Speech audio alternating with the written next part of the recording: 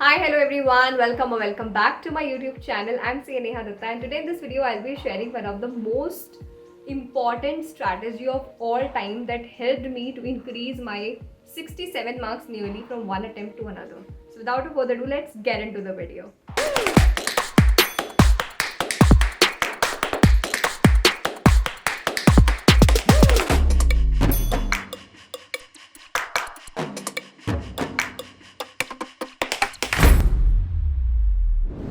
तो हुआ ये कि मैंने मई 19 में पहली बार ग्रुप 2 के एग्ज़ाम्स दिए थे और उसका रिज़ल्ट आया अगस्त में। बहुत बुरे मार्क्स से फेल हुई थी।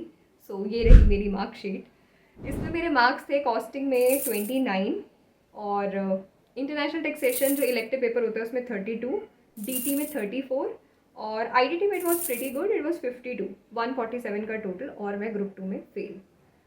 ग्रुप 1 में ठीक थे पर हार्ड लक पास नहीं हुई मैं उसमें। फिर ये अगस्त में, इसका मई में एग्ज़ाम हुआ, अगस्त में रिजल्ट आया, नवंबर में 1 नवंबर से फिर एग्ज़ाम्स थे। अब मेरे पास था रफली 2.5 महीने का टाइम, आधा अगस्त, सितंबर और अक्टूबर, 2.5 महीने 2 ग्रुप फिर से देने हैं।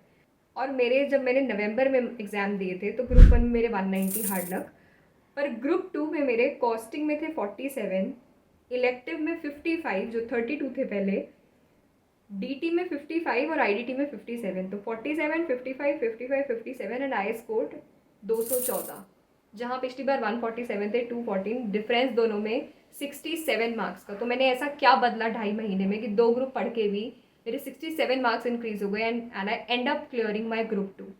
तो वो जो मेजर चेंज मैंने करा था वो था टेस्ट सीरीज़ लेना।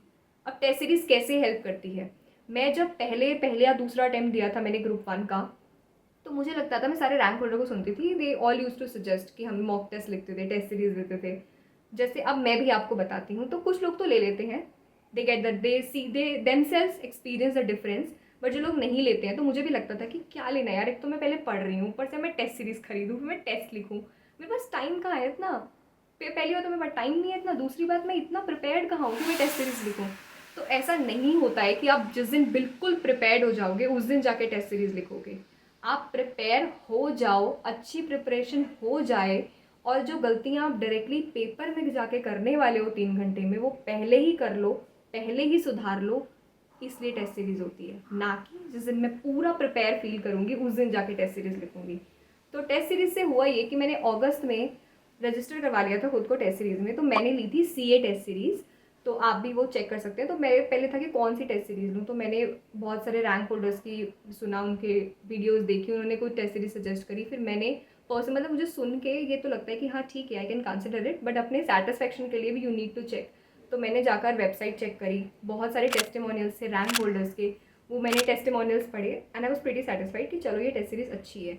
मैंने रजिस्टर करवा लिया, मैंने चैप्टर वाइज टेस्ट सीरीज़ ली थी। और आप जब टेस्ट लेते हो तो 2 तरह से होता है, एक तो स्ट्रक्चर्ड, कि जो जिनकी टेस्ट सीरीज है दे डिसाइड कि आप कौन कौन से दिन पे टेस्ट दोगे। एक होती है अनस्ट्रक्चर्ड, तो मैंने अनस्ट्रक्चर्ड ली थी। उसमें मैं अपने कंफर्ट के हिसाब से जो सब्जेक्ट का जो चैप्टर मैं पढ़ रही हूँ मैं उसका टेस्ट दे सकती हूँ, अपने कंफर्ट के हिसाब से, अपने चूज़ करी हुई डेट के हिसाब से। तो मैंने वो ले लिया। अब इससे मेरा फ़ायदा ये हुआ कि एक बार मैं एग्ज़ाम दे चुकी थी, उसमें फ़ेल हो चुकी थी, मुझे समझ नहीं आ रहा था इस बार कैसे शेड्यूल बनाऊँ, कैसे प्लान करूँ। तो इसलिए मैंने चैप्टर वाइज टेस्ट सीरीज लिखी। अगर मैं प्लान नहीं कर पा रही हूँ पर मैंने किसी चीज़ में पैसे लगाए हैं एंड आई एम समवन कि अगर मेरी मेहनत का पैसा मेरा किसी चीज़ में लगा है तो मुझे अब सारे टेस्ट लिखने हैं, तो मैंने ये सोच लिया था कि अभी सारे टेस्ट लिखने हैं जाके। तो उससे ये हुआ कि अब मैं खुद नहीं प्लान कर पा रही थी, पर टेस्ट सीरीज़ की वजह से मुझे ये था कि आज नेहा एक चैप्टर पढ़ा है तो उसका टेस्ट देना है अब, क्योंकि पैसे लगे हुए हैं। तो मैंने ऐसे एक एक चैप्टर पढ़ पढ़ के उसका टेस्ट देती रही। आई स्टिल रिमेंबर मैंने कॉस्टिंग का एक चैप्टर का टेस्ट दिया और मैं फेल हो गई उसमें, मतलब इतने गंदे नंबर आए मेरे। मुझे लगा ऐसा कैसे, मैं तो पूरा फैकल्टी बुक पढ़ के गई थी ढंग से। अब उसमें होता ये है कि जब हम फैकल्टी बुक्स पढ़ते हैं तो फैकल्टी ने अपने हिसाब से क्वेश्चन दिए हुए हैं, और हो सकता है कि जो फैकल्टी ने जो भी फैकल्टी की बुक आप जिस भी सब्जेक्ट की रेफर कर रहे हो उन्होंने कोई क्वेश्चन एंड में दिया है, पर वो क्वेश्चन बहुत इंपॉर्टेंट था, इसलिए इंस्टीट्यूट ने अपने टेस्ट योर नॉलेज में उसको सबसे पहले दे रखा है, because that was a cream question. पर क्योंकि फैकल्टी बुक में वो बहुत पीछे था तो मैं तो कई बार मिस कर देती थी वो वाला क्वेश्चन। और टेस्ट सीरीज़ ये वाली इसलिए अच्छी थी क्योंकि उन्होंने आईसीआई के मटेरियल पे बहुत ज़्यादा फोकस करा था। तो अभी चांस नहीं था कि मैं मिस कर दूं, क्योंकि मुझे टेस्ट देना है और टेस्ट में आईसीआई के क्वेश्चन आते हैं, तो I had to read all the ICI question. इसलिए मैं सारे आईसीआई के क्वेश्चन पढ़ती जाती थी, चैप्टर वाइज पढ़ा, उसको टेस्ट दे दिया सेम डे, और नेक्स्ट डे या उसके नेक्स्ट डे तक मोस्ट प्रोबेबली मेरी आंसर शीट चेक होकर आ जाती थी। पहली बार मुझे पता चला कि मार्क्स किस तरह से आईसीआई में दिए जाते हैं जब हमारी आंसर शीट चेक होती है। तो ऐसा नहीं होता कि आपने एक आंसर ठीक लिखा है, आपने हम क्या यूजुअली क्या करते हैं, कोई कैलकुलेशन करी, प्लस माइनस कर दिया, आंसर आ गया final, done and dusted. But आपको उसके वर्किंग नोट्स भी लिखने होते हैं, वर्किंग नोट्स के भी मार्क्स होते हैं। ये मुझे टेस्ट सीरीज से पता चला। और जब मैंने अपने अटेम्प्ट के बाद जब अपनी ग्रुप 1 की आंसर शीट मंगवाई, आई गॉट टू नो कि आईसीआई एक्चुअली ऐसे ही चेकिंग होती है आईसीआई में। अगर आपने plus minus PGBP tax question FR में कुछ भी कर दिया, साथ में आपने उसका वर्किंग नोट नहीं लिखा, तो you will lose your marks. इस बात के लिए मैं ऑलरेडी प्रिपेयर्ड थी क्योंकि मैंने बहुत सारी टेस्ट सीरीज दी थी। तो मेरी सबसे पहले हेल्प हुई कि मेरी स्टडी प्लान हो गई। दूसरी चीज़ मेरी हेल्प हुई कि मैं आईसीआई का मटेरियल छोड़ के जाती थी, वो मैं अच्छे से पढ़ पाई क्योंकि पता था कि ब्रो टेस्ट में मार्क्स लाने हैं तो आईसीआई का मटेरियल पढ़ना पड़ेगा। वो पढ़ने से, क्योंकि मैं आईसीआई की ही एमसीक्यू प्रैक्टिस कर रही हूँ, आईसीआई के ही वो क्वेश्चंस देख रही हूँ, तो अभी मुझे पूरा का पूरे क्वेश्चंस, इंपॉर्टेंट क्वेश्चंस क्या वो समझ आने लगे। So that really help me. और उसके बाद तीसरी चीज़, जो मैं सिली मिस्टेक डायरेक्टली एग्जाम में जाके करती, वो मैं अब यहाँ पहले ही कर ली, मुझे समझ आ गया कि मैं ये गलती करती हूँ, तो वो उससे मेरा फ़ायदा हुआ। टेस्ट लिख लिख के मेरी राइटिंग स्पीड इंक्रीज़ हो गई, तो मैं ऐसे सिनेरियो में नहीं आई कि मुझे पेपर आता है और मेरा पेपर छूट रहा है, जो कि बहुत लोगों की होती है क्वेरी कि मैम आती तो थी चीज़ें पर मिस आउट हो गया, नहीं लिख पाए पेपर में, स्पीड नहीं आ पा रही थी। वो आपको टेस्ट लिखने से ही आएगी।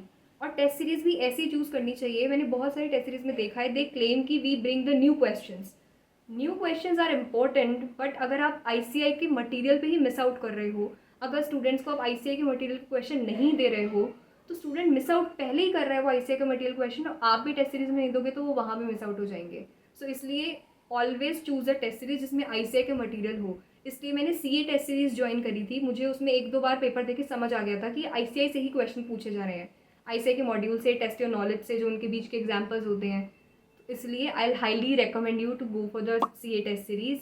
बहुत सही टेस्ट सीरीज़ है, सारा पेपर प्रॉपर्ली चेक होकर आता था, सारे रिमार्क्स होते थे साइड में, कमेंट्स। मैंने आई स्टिल रिमेंबर मैंने लॉ का टेस्ट दिया था, उसमें मैंने सेक्शन लिख दिया था, बट एक इंपॉर्टेंट पॉइंट था उस सेक्शन का जो मैंने मिस आउट कर दिया था, बाकी पूरा आंसर ठीक था। दे हाईलाइटेड इट और रिमार्क्स दिए थे साइड में कि मैंने वो वाला चीज़ मिस आउट करी है।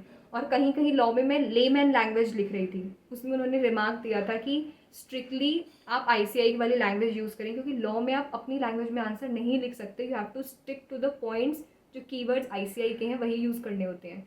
तो जब मैं रोज़ रोज़ ये चीज़ें सुन रही हूँ, रोज़ चीज़ें सुन रही हूँ, तो मेरी राइटिंग स्पीड इंक्रीज़ हो गई, मैं लैंग्वेज मेरी बेटर होती गई कि आंसर प्रेजेंट किस तरीके से करना है, कम टाइम में उसको कैसे लिखना है। तो सिर्फ पढ़ना इम्पॉर्टेंट नहीं है, आपको पढ़ के चीज़ें रिकॉल करनी है, और रिकॉल करी हुई चीज़ों को आप लिख कैसे पा रहे हैं, ये बहुत बहुत बहुत बहुत बहुत और बहुत इम्पॉर्टेंट है। मैंने इस चीज़ पे बहुत मिस आउट करा, पहले सीए इंटर में, फिर फाइनल में भी जाकर। बाद में जब मैं समझी तो मैंने खुद 60 मार्क्स का जंप एक्सपीरियंस करा। तो please get yourself registered in the test series, आपको बहुत हेल्प होगी उससे। और अगर आप लिख नहीं पाते, मानिए आप कितना भी पढ़ रहे हैं, आप 1 साल से पढ़ रहे हैं, पर आप उसको पेपर पे नहीं उतार के आ पा रहे हैं, आपके हाथ नहीं चल रहे हैं पेपर में, सो व्हाट्स द पॉइंट। ये कोई वाइवा थोड़ी है 3 घंटे में, आपको लिखना आना चाहिए। भले ही आप कम भी पढ़ के जा रहे हैं ना, क्वालिटी मैटर्स, क्वांटिटी डजंट। अगर आप कम भी पढ़ के जा रहे हैं, सिर्फ इम्पॉर्टेंट एरिया पढ़ के जा रहे हैं, तो आपको पहली चीज़ वो रिकॉल कर पा रहे हैं, मेक श्योर दिस। दूसरा, आप उसको 3 घंटे में लिख पा रहे हैं, बहुत अच्छी प्रेजेंटेशन के साथ और सही स्पीड में, सही टाइम पर। तो ये 2 चीज़ें अगर आप करेंगे ना, रिकॉल करेंगे चीज़ों को और टेस्ट सीरीज लिखेंगे, आई कैन अश्योर यू कि आपको बहुत जंप दिखेगा अपने मार्क्स में। तो अगर आप एग्रीगेट में आकर रुक रहे हैं बार बार, या समझ नहीं आ रहा अभी स्टडी कैसे प्लान करूँ, take up the test series.